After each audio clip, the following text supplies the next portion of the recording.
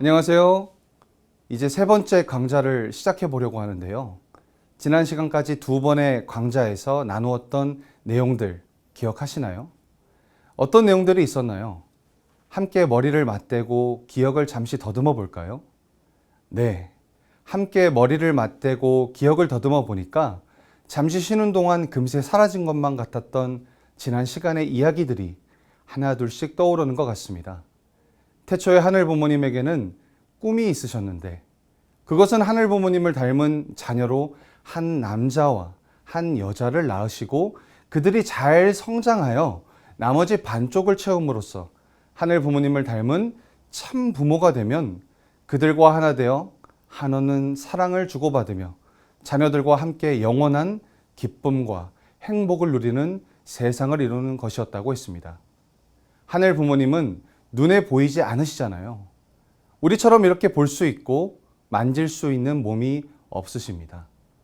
하늘 부모님은 이처럼 보이지 않는 하늘 부모님이신데 우리처럼 볼 수도 있고 만질 수도 있는 아들, 딸을 통해서 그들이 참 부부가 되고 참 부모가 될 때 실체적으로 사랑도 느끼고 기쁨도 느끼시는 거예요.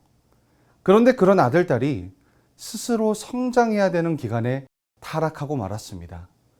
부모이신 하늘 부모님은 그런 자식을 바라보면서 가슴을 부여잡고 눈물을 쏟으시면서도 그 아들, 딸을 다시 찾기 위한 복귀 섭리를 운행해 나오십니다.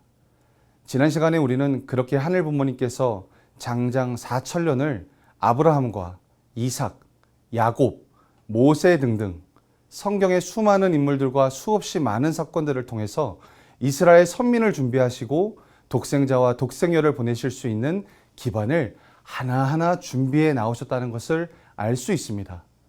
그리고 그 결과로 이 땅에 오신 독생자 예수님의 노정도 살펴보았지요. 그런데요, 그 이야기 속에 무언가 이상한 점 없었나요? 뭔가 하나가 빠진 것 같지 않으세요? 아들, 딸이 온전히 하늘 부모님을 닮은 참 부부가 되고 참 부모가 되어 그 자녀들과 더불어 영원히 행복한 세계에서 사랑하며 사는 게 하늘 부모님의 꿈이죠. 그런데요, 독생자 예수님을 하늘 부모님을 온전히 닮은 존재로 완성시킬 나머지 반쪽이자 하늘 부모님의 여성적인 성품, 즉 하늘 어머니를 닮아난 하늘 부모님의 딸, 독생녀가 그 이스라엘 땅에 나타났던가요? 그 예수님의 노정 속에 독생녀가 있었습니까? 기독교인이 아니더라도 아브라함이나 모세 이야기는 들어본 적이 있고 또 예수님의 생애도 알고 있는데 그 예수님과 더불어 참부모 이상을 이룰 하늘 부모님의 딸, 독생녀 이야기는 성경 어디에서도 찾아볼 수가 없습니다. 여기 계신 식구님들 뿐만 아니라 인류 역사 이래 그 누구도 들어본 적이 없었습니다. 이처럼 하늘 부모님의 하나뿐인 딸, 독생녀가 이스라엘 땅에 탄생하지 못했다면 독생녀는 언제, 어디서, 어떤 모습으로 나타날까요? 그 독생녀와 우리는 무슨 관계가 있을까요? 6천년 동안 감춰졌던 독생녀와 우리 민족의 기나긴 역사 이야기를 해보려고 합니다. 우리 식구님들, 태몽이 있으신가요? 우리 식구님들 개개인의 역사는 어떤 이야기로부터 시작되었는지 궁금한데요. 나의 역사는 이런 이야기로 시작되었다 하는 식구님들의 태몽 이야기를 좀 나누어 볼까요? 태몽 이야기들을 듣고 나니까 우리 식구님들이 다시 보이네요. 한 분 한 분이 더 귀한 존재로 느껴지기도 하고요. 일본이나 중국, 우리나라와 같은 동아시아 국가의 경우 이처럼 꿈에 의미를 부여하는 문화가 나타납니다. 좋은 일이 일어날 꿈이라고 예측하기도 하고 이런 꿈은 이런 의미이다라고 꿈 해몽도 하고요. 그런데 태몽은 우리나라에서만 더 특별하게 나타나는 문화인 것 같아요. 흔히 신이라든가 영웅이라든가 특별한 사람이 태어날 때 기이한 꿈을 꾼다거나 하는 이야기는 동아시아 문화권에서 신화나 영웅 설화에 종종 나타나는 소재인데요. 한국처럼 일반인들에게도 적용되는 일상적인 개념은 아닙니다. 태몽이라는 이름도 따로 없고요. 우리나라 사람들만 마치 신이나 영웅처럼 개개인의 탄생 설화를 가진 셈인데요. 신기하죠? 어쩌면 우리 민족이 아주 특별한 사람들이어서인지도 모르겠습니다. 이처럼 특별한 우리 민족의 역사는 어떻게 시작되었을까요? 인류는 모두 아담과 해와의 후손이지요. 이 아담과 해와의 후손 중에 노아라는 사람이 있었습니다. 노아의 방주라는 아주 유명한 성경 이야기가 하나 있어요. 다들 들어보셨을 텐데요. 그 내용은 이렇습니다. 하늘 부모님께서 홍수가 올 것이니 노아에게 방주, 그러니까 커다란 배를 지으라고 하십니다. 사람들이 막 비웃어요. 날이 이렇게 좋은데 무슨 홍수가 온다고 저렇게 높은 산꼭대기에다가 배를 짓고 있느냐고 조롱하죠. 그런데 결국 대홍수가 일어나서 방주에 탄 노아의 가족들과 만물들만 살아남게 됩니다. 성경에 따르면 이 방주 사건 이후에 노아의 세 아들인 셈, 함, 야벳의 후손들이 세계 각지로 흩어집니다. 이때 셈의 후손들 중 일부는 서쪽으로 이동하였고 다른 일부는 동쪽으로 계속 이동하여 지금의 동아시아 지역에서 문화와 종교를 이루며 살아가게 되었습니다. 그중 동아시아로 이동하던 한 부족이 여기 바이칼 지역을 지나고 여기 북만주를 거쳐 이곳 한반도에 자리를 잡고 살아가게 된 것이죠. 이때 여기 북만주에 정착했던 이들이 우리가 역사책에서 보았던 바로 그 동이족입니다. 이 동이족이 한시 왕조, 즉 우리가 오늘날 대한민국이라든가 한민족이라고 할 때 쓰는 이 한의 시원이 된 한시 왕조를 세우고 이후 고조선으로 이어져 오늘날 우리 한민족의 기원이 된 것이지요. 지난 시간에 예수님 이야기를 하면서요. 하늘 부모님께서 하늘 섭리의 중심 민족으로 이스라엘을 택하시어 선민, 즉 선택받은 민족이 되게 하셨다는 이야기를 했는데요. 하늘 부모님에게는 이 셈의 후손 중에서 서쪽 방향에서는 이 유대 민족을 그리고 동쪽에서는 이 한민족을 선민으로 선택하십니다. 그렇다면 하늘 부모님께서는 유대 민족에게 그러하셨던 것처럼 기나긴 역사를 통해 이 한민족을 선민으로 길러 나오셨겠지요. 우리 민족을 어떻게, 어떤 민족으로 길러 오셨을까요? 우리의 역사를 거슬러 올라가서 그 흔적들을 한번 찾아보도록 하겠습니다. 우리나라, 우리 민족이 시작되었던 그 처음 순간으로 한번 거슬러 올라가 볼까요? 우리 민족의 시작을 알리는 아주 오래된 이야기가 있습니다. 바로 단군 신화인데요. 하늘의 신인 환인의 아들 환웅이 인간 세상을 다스리기 위해 하늘에서 내려옵니다. 환웅은 아버지인 하늘의 신 환인에게 인간 세상을 다스리는 데 사용하도록 아주 신령스러운 물건인 신물, 즉 천부인 3개를 받아 3천의 무리를 이끌고 태백산 신단수 아래 내려오지요. 그리고 널리 인간을 이롭게 하라는 홍익 인간의 정신으로 세상을 다스립니다. 그런데 어느 날 곰과 호랑이가 사람이 되고 싶다고 찾아옵니다. 환웅은 쑥과 마늘을 먹으면서 100일 동안 햇빛을 보지 않으면 사람이 될 것이라고 말해주고 곰은 이 시험을 통과하여 웅녀가 되어 환웅과 결혼하게 됩니다. 그렇게 태어난 아들이 바로 우리나라 최초의 고대 국가인 고조선을 세운 단군 왕검이지요. 한민족의 건국 신화인 이 단군 신화 이야기 속에는 천손 사상이 담겨 있습니다. 천손은 하늘의 자손이라는 뜻인데요. 한민족은 스스로를 하늘 부모님께서 보내신 민족으로 인식하는 이 천손 사상을 가지고 있었던 것 같습니다. 널리 인간을 이롭게 하라는 홍익인간의 정신, 세상을 이치로 교화한다는 제세이화, 도로서 세상을 다스린다는 이도여치, 밝은 빛으로 세상을 다스린다는 광명이세와 같은 평화이념 역시 한민족의 근본 사상으로 면면이 이어져 내려오게 되지요. 하늘과 특별한 관계를 맺고 있다는 한 민족의 믿음은 고대 왕조에서 하늘의 제사를 지내는 천재 문화로 나타나기도 했습니다. 우리가 학교 다닐 때 한국사 시간에 고구려의 동맹, 부여의 영고 이런 거 열심히 외웠는데요. 고대 국가에는 이 부여의 영고와 고구려의 동맹을 포함하여 총 12가지 유형의 제천 행사가 있었다고 합니다. 또 고대 사회에서부터 오늘날의 우리 할머니, 할아버지 세대까지 새벽이면 우물에서 맑은 물을 길러 올려서 그 정한 수를 하늘에 바치며 기도하는 의식이 오랫동안 이어져 오기도 했습니다.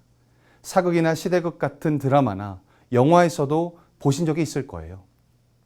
이런 한민족은 민족의 근원인 하늘에 대한 관심이 많았습니다. 고대부터 하늘을 연구하는 천문에 밝았습니다. 신라시대에 세워진 첨성대는 별과 행성의 움직임을 관측하기 위해 만들어졌는데요.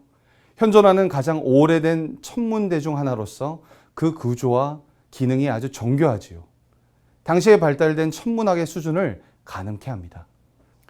조선시대 태조는 천상열차 분요 지도를 돌에 새겼는데요. 천상, 하늘의 모양, 즉 천체를 열차, 순서에 따라 배열했는데 분야, 하늘을 여러 영역으로 나누어 놓은 그림이라는 뜻입니다.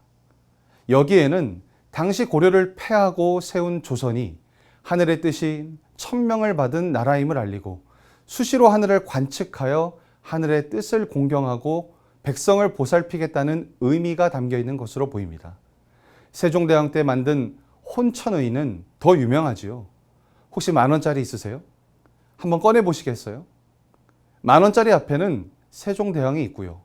뒤에 보시면 동그란 기구가 있는데 그것이 바로 혼천의입니다. 지구, 태양, 달 등 여러 천체의 움직임을 보여주는 조선시대 천문기구이지요. 그리고 그 혼천의 뒤로 보이는 그림이 조금 전에 설명했던 천상열차 분야 지도입니다. 10,000원짜리 하나로도 고대로부터 한민족이 가졌던 하늘에 대한 관심과 열망을 한눈에 확인할 수 있네요. 뿐만 아니라 한민족의 역사에는 하늘 부모님의 꿈이자 인류가 보편적으로 바라온 평화로운 새 세상을 기다리는 열망이 여러 종교와 서상을 통해서 두드러지게 나타나는 것을 볼 수 있습니다. 특히 새로운 세상을 열어줄 하늘의 대신자가 올 것이라는 대망 사상이 담겨 있는데요. 고통과 번뇌가 없는 정토, 즉 이상세계가 실현되기를 바라는 대승불교의 정토 사상은 삼국시대의 신라에서부터 매우 번성하였습니다. 미륵불이 나타나서 고통을 끝내고 모든 중생을 구제하여 이 세상을 구원해 주기를 희망하는 미륵신앙도 널리 퍼졌고요. 이 밖에도 정감록이나 경암유록과 같은 예언서가 등장해서 당시 민중들로 하여금 언젠가 성군이 나타나서 세상을 구원하고 새로운 시대를 열어주기를 염원하게 했는데요. 여기에는 하늘의 뜻이 이루어지기를 기다리는 뿌리 깊은 한민족의 정서가 반영되어 있습니다. 19세기 중반 서양의 침략 속에 나타났던 동학과 그 전통을 계승한 천도교도 하늘 부모님의 나라에 대한 한민족의 염원을 담고 있지요. 또한 우리 문화에는 효 사상이 특별히 뿌리 깊게 자리 잡고 있지요. 이때의 효는 단순히 부모의 은혜에 보답한다는 차원을 넘어서 모든 인간이 실천해야 하는 인류의 근간이며 인간 존재의 뿌리이자 생명의 근원을 소중하게 여기고 공경하는 근본 원리였습니다. 유명한 역사학자인 아놀드 토인비 박사가 이런 말을 했다고 하죠. 만약 인류가 새로운 별로 이주해야 한다면 꼭 가져가야 할 제1의 문화가 한국의 효문화다라고요. 하늘 부모님을 부모로 모시고 참된 가정 안에서 사랑을 나누고자 하는 마음이 우리 안에 이어져 온 것이지요. 심청이 이야기가 오랫동안 사랑받는 이유도 이와 관련이 있지 않을까요? 효녀 심청 이야기와 함께 오랫동안 한민족에게 사랑받아온 이야기가 또 있지요. 바로 성춘향과 이몽룡의 이야기인데요.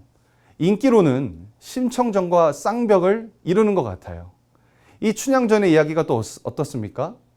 하늘 부모님을 온전히 닮게 해줄 나의 나머지 반쪽에 대한 사랑과 절개를 지킴으로써 귀한 부부가 되어가는 이야기지요.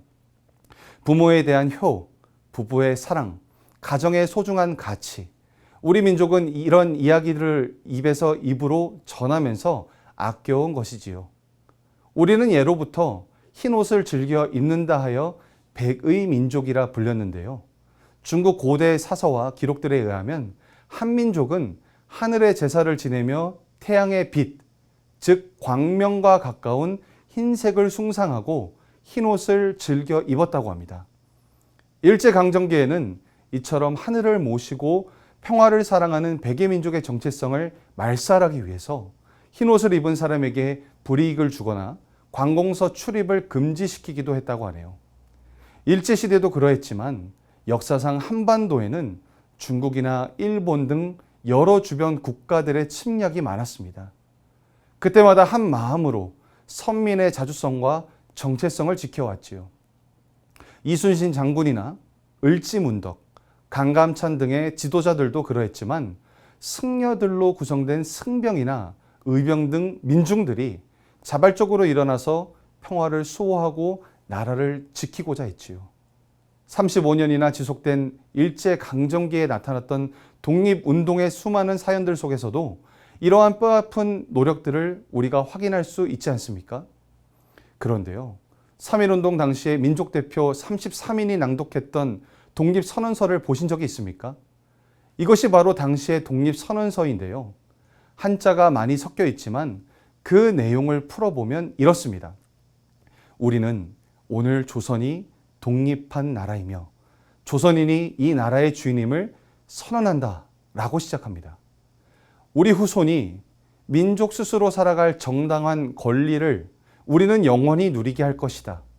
이 선언은 5,000년 동안 이어온 우리 역사의 힘으로 하는 것이며 이것은 하늘의 뜻이고 이 세상 어떤 것도 우리 독립을 가로막지 못한다고 얼마나 비장하고도 장엄한지요.